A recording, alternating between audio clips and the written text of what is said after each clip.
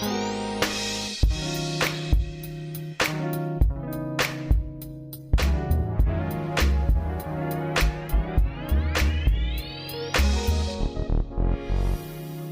everyone. Welcome to another episode of Scouting for Growth, the podcast where we delve deep into the mechanisms of sustainable business growth and transformative innovation. I am thrilled to introduce you today to my guest, Monica Eaton, trailblazer in tech, payment industry maven, and so much more.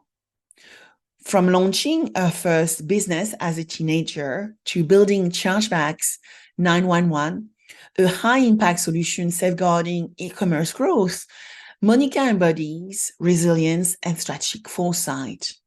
With the recent introduction of FI 911, our vision to overhaul the payments industry continues to unfurl. As an advocate for women in technology, and founder of the nonprofit Paid for Grades, Monica is a force to be reckoned with. For those of you intrigued by Monica's journey, you can find more detail on her website, Monica Eaton. Monica, it is an absolute honor to have you on the show today, actually. And our conversation promises to be a masterclass in resilience, strategic innovation, and ethical leadership. We have a lineup of pressing questions for you that are often asked of me by C-suite executives, and I hope we will be able to unveil how to drive sustainable growth despite challenges faced in building new propositions. So today's conversation will dive into your origin stories and your multifaceted skills. We will tackle e-commerce pitfalls. We will talk about business strategies and ethical practices. And I will ask you, Monica, to predict the future and how you make the best use of human capital. So everyone, tighten your seatbelts. We are about to dive deep with Monica Eaton into this conversation. Prepare for an episode full of actionable insights that could very well redefine how you approach sustainable growth and innovation. So let's dive in.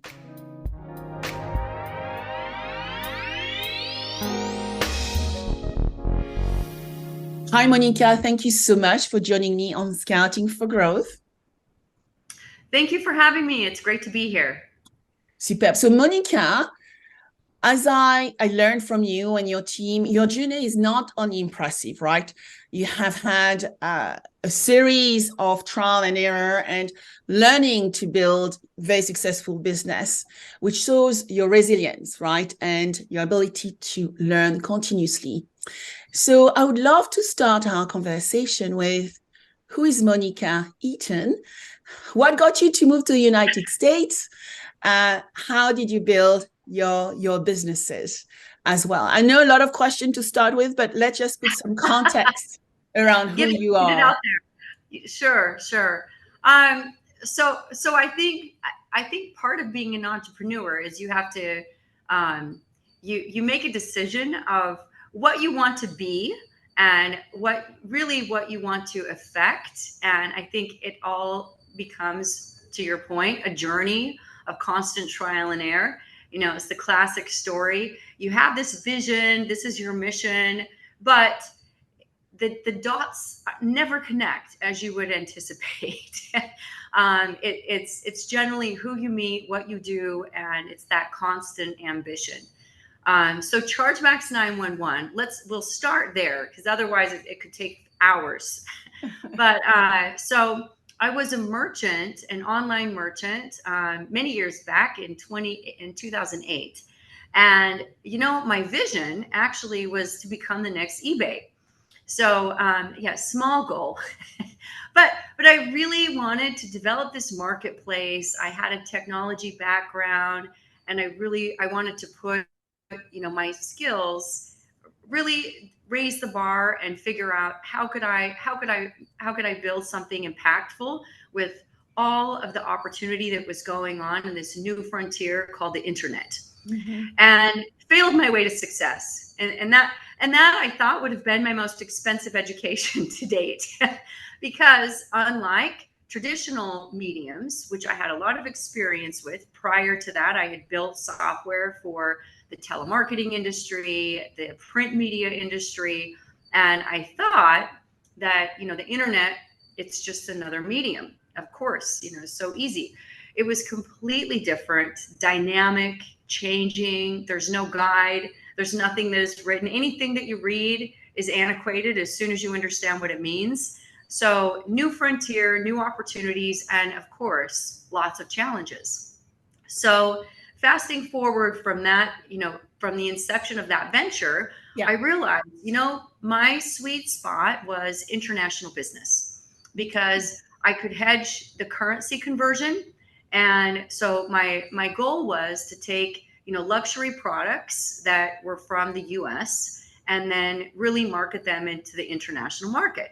And like I said, I was focused on, that eBay model.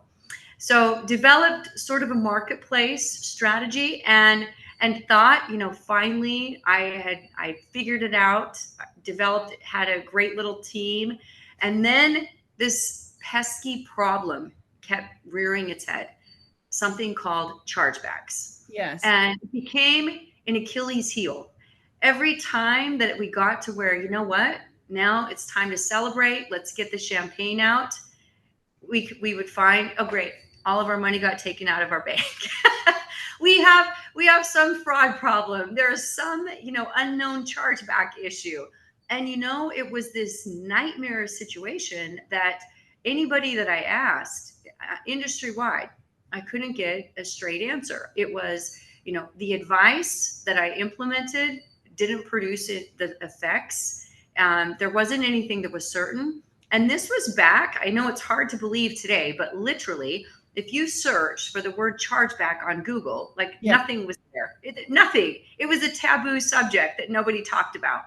And in fact, I was given advice, Monica, just refund more customers. That's what you should do, refund more. I literally abandoned all common sense. And at one point, implemented a policy to just refund everybody that called us. And of course, that did nothing. So push came to shove, and out of necessity, it was either lose my business because I couldn't manage this growing problem, or figure out, what the source was of the problem and solve it. And like many entrepreneurs, once you're committed to an idea, it's just, you have to stay on course, and that tenacity and perseverance is just part of our gene makeup. Yeah. So I was dedicated, and I did what everybody said not to do, but it was just common sense, which was reach out and interview every single customer that filed a chargeback and find out, basically from the horse's mouth, what caused this problem. And something fascinating happened. I discovered that first and foremost, the good news was I was my own worst enemy, so I could fix the problem. So I didn't know anything about how to set up merchant accounts. And unfortunately, I had our fax number showing as our phone number. So any customer that tried to contact us with any issue was unable to contact us. And as a result, we were getting a lot of chargebacks from banks. I had problems with customs holding our merchandise. It was all these different errors. We codified 106 different errors that caused chargebacks. So wrote software, solved our problem, discovered, I became an expert at chargebacks, not because I loved it, but because it was a necessary evil. And then something pretty fascinating happened. I started getting calls from all the different merchant providers that we did business with, even the ones that closed down my account because I had too many chargebacks. and they would call to ask, hey, Monica, can you talk to a merchant? They're having the same challenges that you had. Could you give them some advice? Can you tell them how they can identify the source? Can you, give some advice to this or that? And they were merchants from all sorts of different industries. And one of them happened to be a very large enterprise merchant, a big box brand that I won't say their name, but a huge merchant. And that was, kind of a pivotal point, because I thought, it feels great to be able to, share the really, I've lived through that pain. It's great to talk to someone on the other side and just rant a bit about how crazy this problem is. But also, it feels even better to be able to help someone. And since, even large merchants, even enterprise brands who should, I thought that everyone has this problem figured out and they had the problem, I decided to create a website and maybe offer some consulting on the side. So, Chargebacks 911, obviously, this is a name that I had no idea I would be doing business with anyone in corporate America. Yeah. And in the US, 911 is the number you dialed for emergency support. Yeah. So I thought, I'm going to create this blog and I'm going to pour my heart and soul and educate the whole world and tell people how to solve problems. Because as a merchant myself, what I wish there was a phone number that I could call to get rescued from chargeback hell, because no merchant wants to deal with this problem. So I wrote. Monica, one thing which would be helpful then is, let's define what chargebacks are, and let's go into maybe a few of the examples that are the most common chargeback issues that merchants are experiencing today. Because that is what we call probably a really renowned fintech issues, which would affect anybody transacting business, even though we are talking about e-commerce here, but it is technically a fintech problem. Absolutely. So a chargeback is essentially what happens in a payments transaction. So when a card payment is used, whether it's a debit or credit, and the cardholder or the customer or consumer ends up contacting their bank instead of the merchant or instead of the business. And as a result, there's a terrific amount of rules for consumer protection that are in place that allow their bank to implement a forced refund that takes effect on that merchant's account. So the merchant has no, advance notice. All of a sudden, the money comes out of their account. The consumer is generally provided a pending refund, and then the merchant has to address this claim, and they have a certain amount of time that they need to either respond. Otherwise, it's a permanent charge. It also carries a penalty, sometimes a fine. And if merchants get too many chargebacks, then they can also lose their ability to process credit card transactions. Yeah, interesting. There are some newspapers, for instance, which makes it very difficult to get a refund. And I think that's where they need to learn about this charge, or consumer need to learn about those chargebacks, because some American newspapers make it very, very difficult for you to contact them or even cancel their membership. But anyway, want to actually understand, Monica, how did you fall into this? Because when I read about your background, right, you have a computer programming background, but at the same time you studied art and architecture. Mm-hmm. And I found that fascinating, that dual aspect around the artistic and creative mind alongside, I guess, a technological and, I guess, developer mind, which actually you combine in your everyday work. Tell us a little bit more about those. Sure. So I'm a huge believer in, exposing from the bottom up, women and men, all walks of life should be exposed to technology, regardless if they say they like it or not. And I'm a testament of that. So growing up, I moved frequently. And one of the schools that I went to in my secondary education, we got to select specific electives. And being, probably a very normal girl as a teenager, what I was interested in was, cooking classes, fashion. I was interested in fashion design. I did not have any interest in computer programming, none whatsoever. I liked math, but that was probably it. And so as a result, I get to this school and there are no options. And so I ended up getting enrolled by force into these 2 computer programming courses.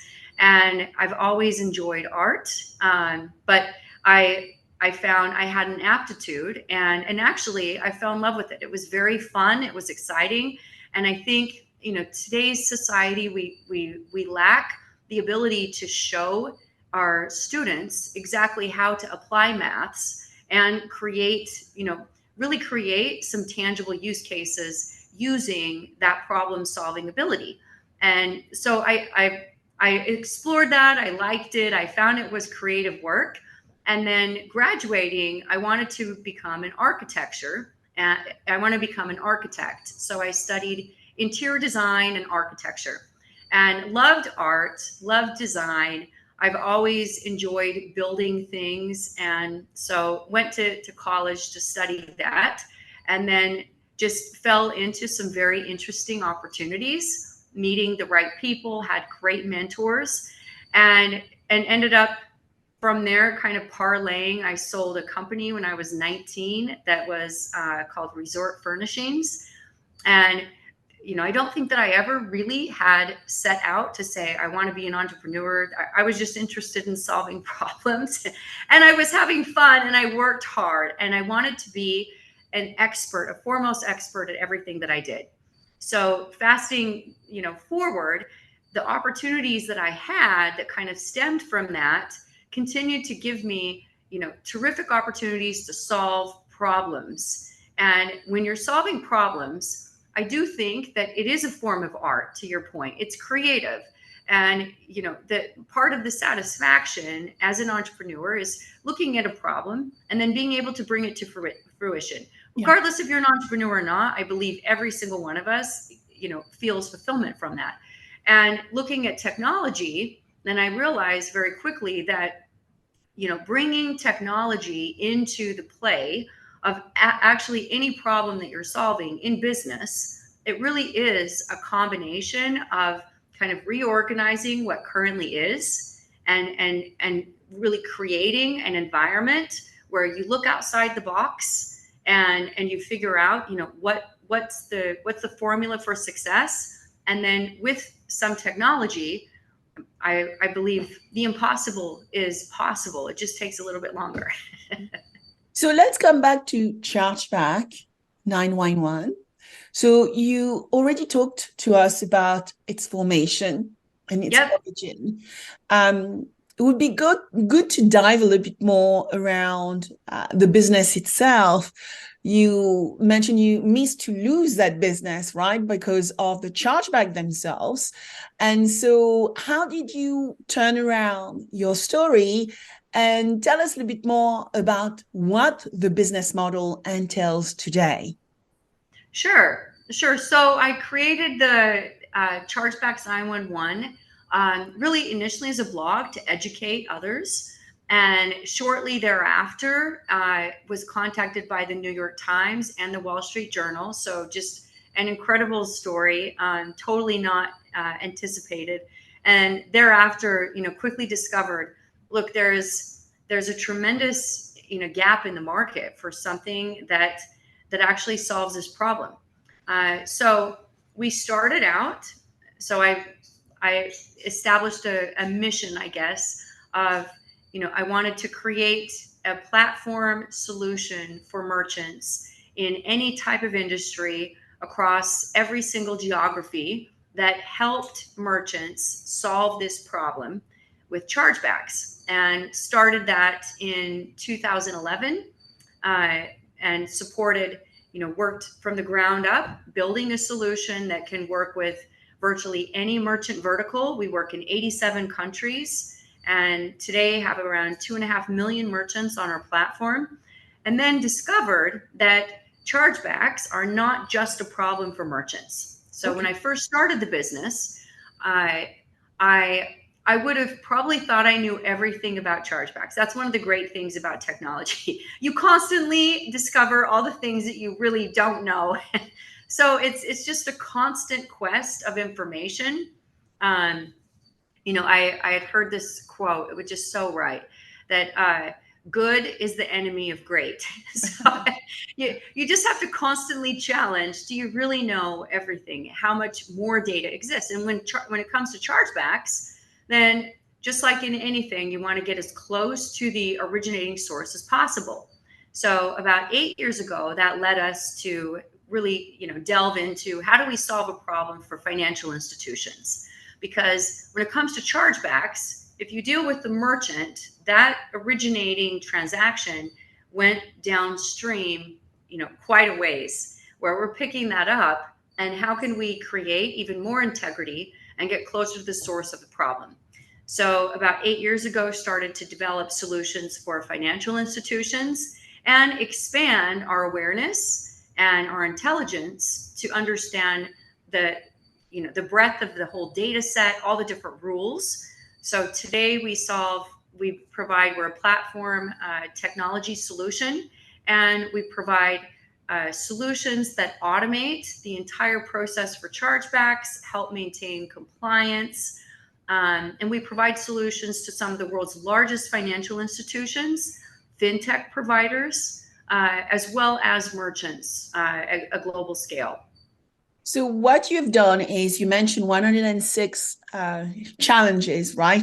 So in some ways, what you have done is codify those challenges that the merchant is going to encounter when having a chargeback challenge. So for example, one of the examples you gave us earlier is, well, make sure that your fax number is not the same as your mobile number, right? Something that many of us do not really care for because we don't use fax in today's days and age, right? You put your mobile because if somebody wants to call you, or if you are using, I guess, a scan capability, the information will come through your email, and then whatever is the messaging will either be formatted by the mobile service. So tell us, what are the most common mistakes companies do around their understanding of chargebacks, just so that people start understanding the scale of the problem, and how you advise them? Because I assume you have the platform, but I'm sure every so often you have the odd phone call to actually give advice to those organizations as well. Sure. So, I think one of the biggest challenges with chargebacks is, and I think this is industry wide, probably across the spectrum, is recognizing that you can solve any problem as long as you have all of the relevant data, and most importantly, you can interpret that. And so if a problem is persisting, then we need to look at the source of the problem instead of treating the symptom. And treating the symptom will cause the problem to continue to persist. And in chargebacks, not only persist, but grow. And so if we look at whether we're talking to a financial institution or a merchant, then first and foremost, what they're lacking is the understanding of their current data that relates to the chargebacks. So a chargeback comes with a certain, it's codified, and it comes with specific codes that indicate a reason. Mm-hmm. Now, because they have a label, then it's often confused. So whether it's a merchant or a financial institution, they look at the label and immediately assign it a label that is associated. So if they receive a chargeback and it's labeled as fraud, then immediately they treat it as fraud. That is probably the number one issue. So it comes down to interpreting data incorrectly and also missing the additional data.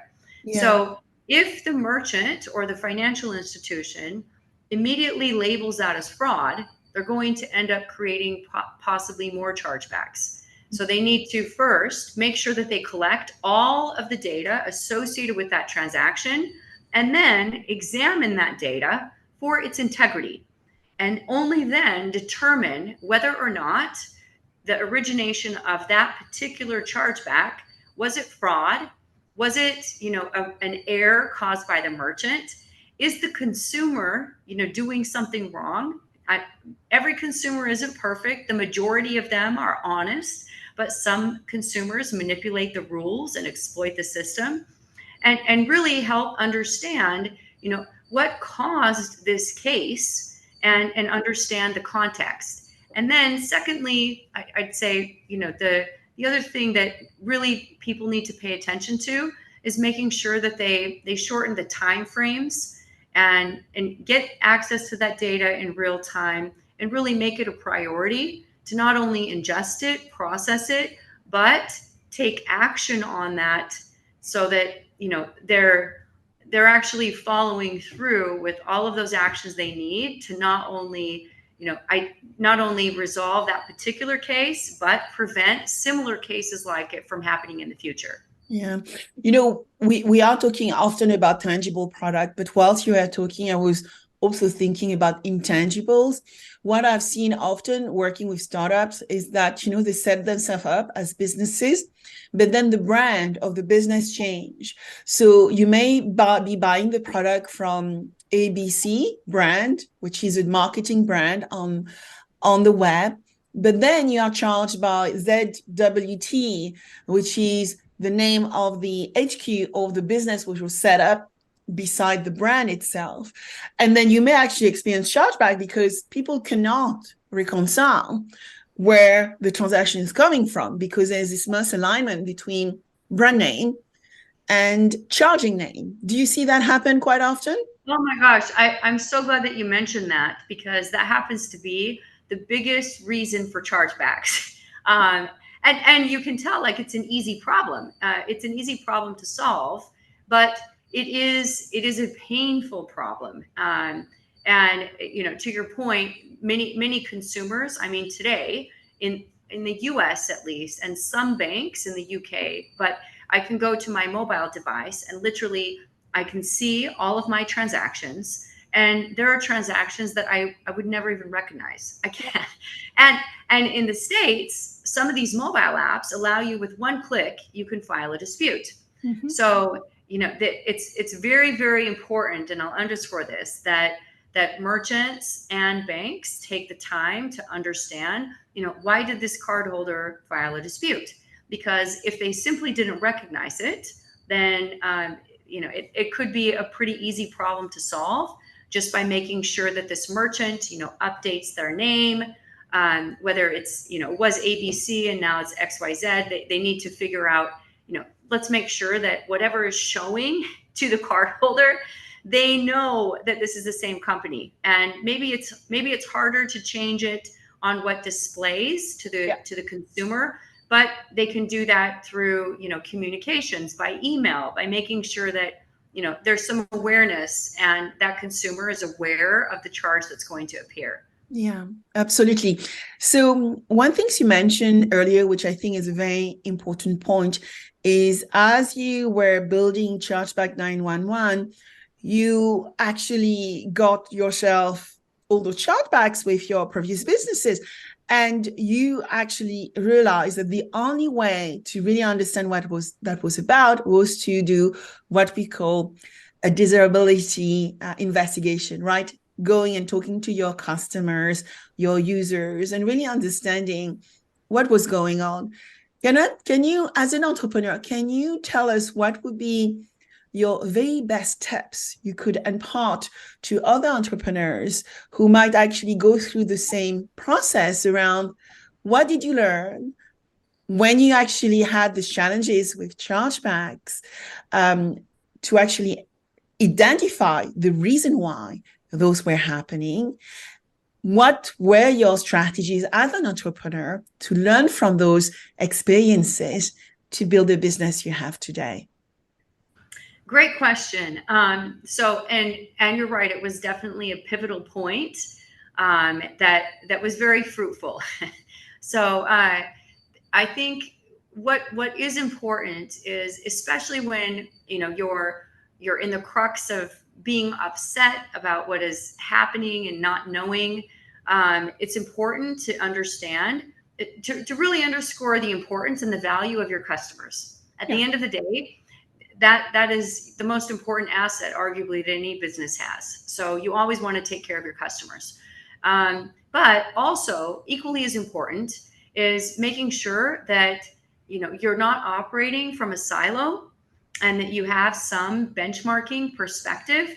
So what we did is we first interviewed our own customers, and then I reached out to peers in the industry to really find out, look, this is what we're getting back. What are you guys getting? What is everybody else receiving? And this was, many, many years ago when, I didn't even have any idea what PCI compliance was, but we really I collaborated with many of the peers that I had in the industry, and we were able to compare notes. So the third thing, so one, I'd say, make sure that you're empathetic, and when you talk to your customers, having one-off conversations is not helpful. You have to be able to really codify those results, because if you can't utilize the data in a scientific way, then it's not going to be helpful. So you need, a lot of true false answers, multiple questions, and then continue to enrich that feedback, because whatever we set out to ask initially had to continue to iterate. Yeah. So that we could really have the data set that it was going to give us insight, and then comparing that to what others were getting, really provided, a data set that we could get a lot of rich analysis from. Yeah, no, that's superb. And so looking at, I think it's 12 years, right? Since you have set up Chargeback 911. So how have things evolved, and where are you now with the business, and where are you going with it in the future? So I think, like anybody in the payments industry or fintech, change is inevitable. I'm more excited than I've ever been. Equally, probably more terrified, because there's so many opportunities. In many ways, it takes more discipline than ever to say, I feel like the Department of No often, but it's important. Like you have to stay focused. There are so many new shiny objects. Indeed. And I think that definitely dovetails into our strategy, is maintaining a focus on our vision. So for where we are today, over the last 12 years, we have around 2.5 million merchants on our platform. We serve the world's largest financial institutions, so we're definitely moving up there. We have a location, our headquarters stateside is in Tampa, Florida, and then, of course, in Europe, in the UK. We've expanded into Singapore, 2 locations in India. So on our roadmap, we'll continue to expand into the Latin America region, and we're doing quite a bit in APAC. So I think, continuing to grow roots internationally, probably, in the foreseeable future, look at possibly making some acquisitions and expanding our footprint, thereafter. I think the other thing that I'll mention, I think every business, regardless of the business, you really go through 3 phases, right? The first phase is creating that awareness of what you do and cultivating demand. And that pretty much carries on, right? Once you start to get a lot of competitors in that arena, in some ways it's bittersweet because you have competitors, but in other ways it's actually great, because now there's market awareness for your industry. Yes. The second is, product, right? And it's continuous iteration. I mean, establishing a product that can scale, that has scope, and continuing to iterate. And that's like all hands on deck, really the scaling constraints that we all complain about. It's a constant drill. And then, you get into that, also very, very strategic, but this is the monetization phase. And this is really, where things start to come together. And what is most important is strategic execution. And this is, I think, where our organization is now, is looking at, what do we want to be when we grow up? Yeah. I mean, it's continuously making sure that we're honest to our core. This is what we want to do. We want to solve the world's problem when it comes to chargebacks. We want to revolutionize the way that disputes are handled today. We want to create, a value proposition for merchants, no matter where they operate in the world, and financial institutions. So we have a platform that can connect the dots and solve this problem in a much more efficient, data-driven way. So that's where we'll continue to focus, and continue to expand into some of the emerging markets likewise, and also alternative payments. Very impressive, Monica, which I think it's also important to tap into something which is really dear to you. You reference often building businesses with an ethical backbone. You mentioned the word values and beliefs and purpose and strategy. And those are very much aligned with my ethos as well. How does it play within your corporate strategy to be ethical? Any tips you might have learned over the years from mentoring you have received from others, which have shaped your viewpoint as to how you build Chargeback 911? Sure. So I think at the end of the day, it really, your core values of the company, it's not, I would love to think that it's just me and one leader can craft all of that, but it really comes down to people. And, every single year, I think I continue to learn really appreciate the incredible value of people. And growing a technology company, often that's something that is sometimes put in the background. You have, just build the greatest technology, make sure you're light years ahead of everyone else, just focus on tech. It's all about tech. It's all about data. Get all the data and you'll win. but you know what? Having the best product, having the best technology, even having the best clients, none of that comes together and creates a sustainable, rewarding environment with the wrong team. It all comes down to the people that are really leading at the helm. And no business is easy. You're going to go through trenches. It's going to be hard. You're climbing mountains. As soon as you get done with one, you realize, oh my gosh, that was just the end, and now we're starting a brand new mountain. And it's even harder. But what you realize is we built that muscle memory together, and now I have a team that is going to help us get the rest of the way there. And that's, what really matters, I think, at the end of the day, is creating an environment where you have like-minded individuals. And I think any successful company, if you really boil things down, they have so many entrepreneurs. Every single business unit is a like-minded individual this is not just a job. I'm working with my friends, I'm working with my family, and we're all in it for the same exact cause. And that's what I think makes a difference. And making a difference, you don't make a difference if you aren't ethical. You only make a difference if you really do add value and you feel good about it at the end of the day. And I think that it's compiling the right people with the right values, the right ethics, and that creates really a flywheel effect. Yeah. When you think about our audience, we have a lot of senior leaders from corporations, investors, startups, founders as well, listening to our discussion. And, they're also very keen to understand the emerging risk, but the emerging opportunities that comes to bear.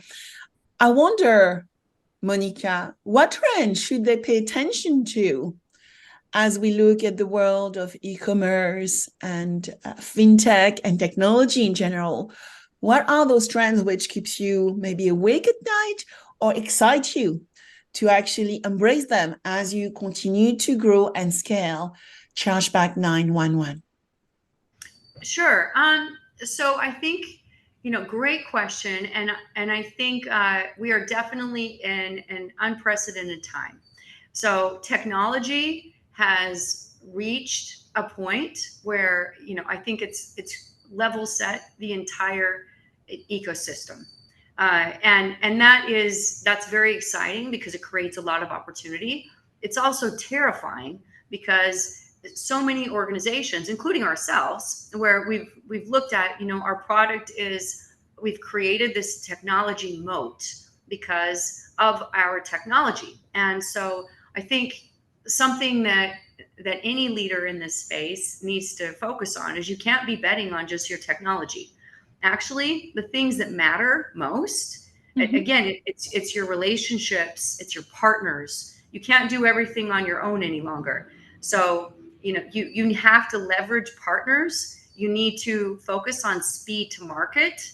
And the waterfall approach is gone. Maybe even the agile scrum method is gone. you actually, like, today is about building a prototype and iterating.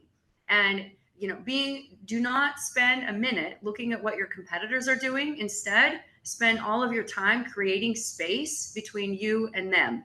And what's created probably the most value, and where a lot of my attention is actually choosing. And I think I will definitely say choosing. I don't care what startup you're talking about. You may feel desperate as a startup, but it's so important that you choose who you want to do business with, because this is also part of your team.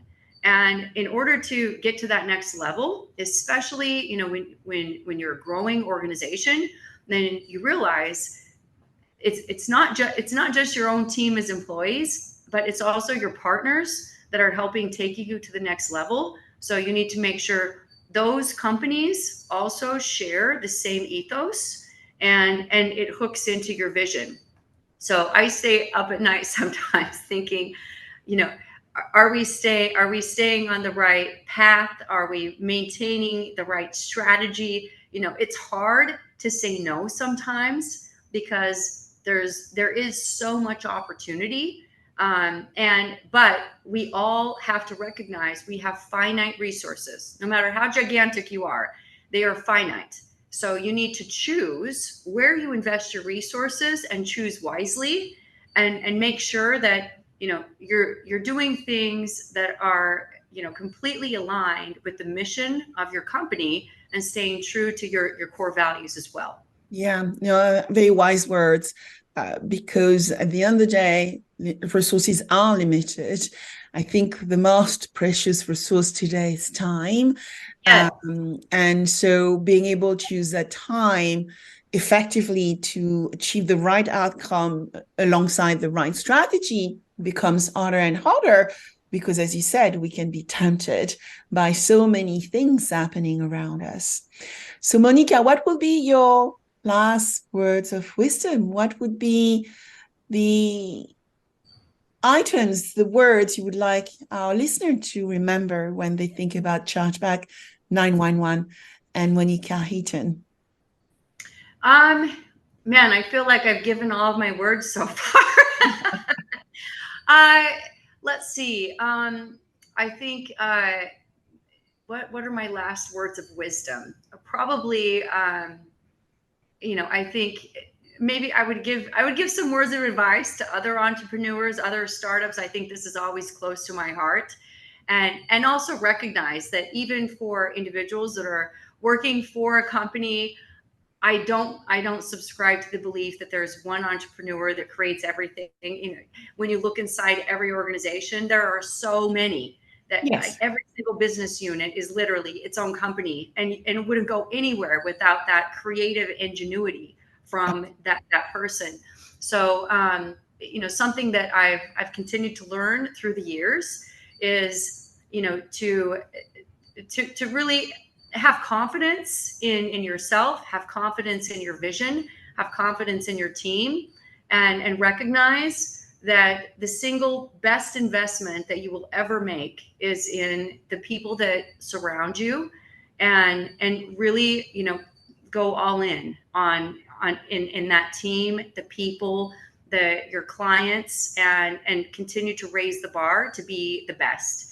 And lastly, another lesson I think is, partners are probably more valuable today than they've ever been, because it's the relationships, and what you were saying, time is the biggest asset.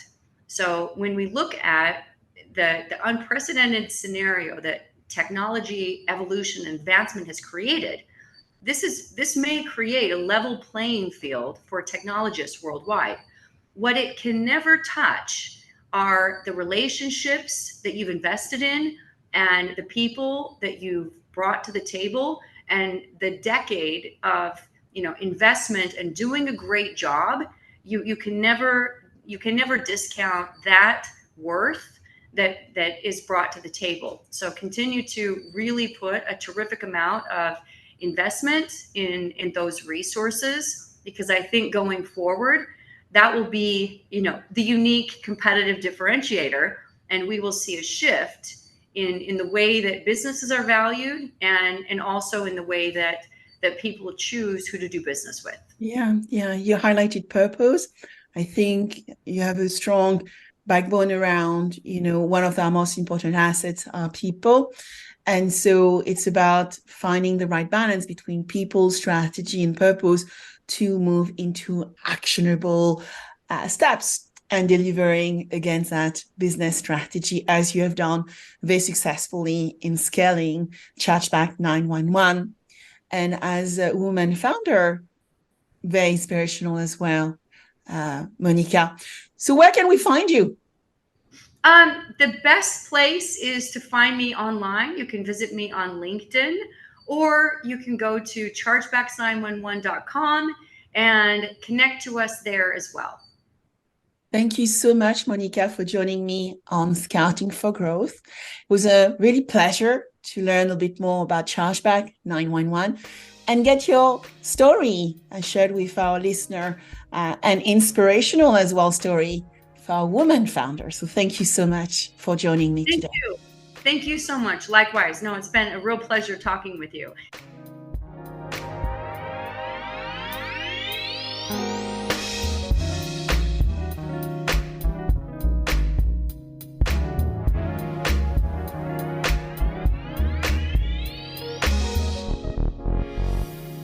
If you like this podcast, subscribe now, share with your friends, and if you enjoyed it, please give it a 5-star review. Also, if you want to cover any specific subject with me, contact me on Instagram under Sabine VdL Officials or LinkedIn under Sabine VdL. Thank you.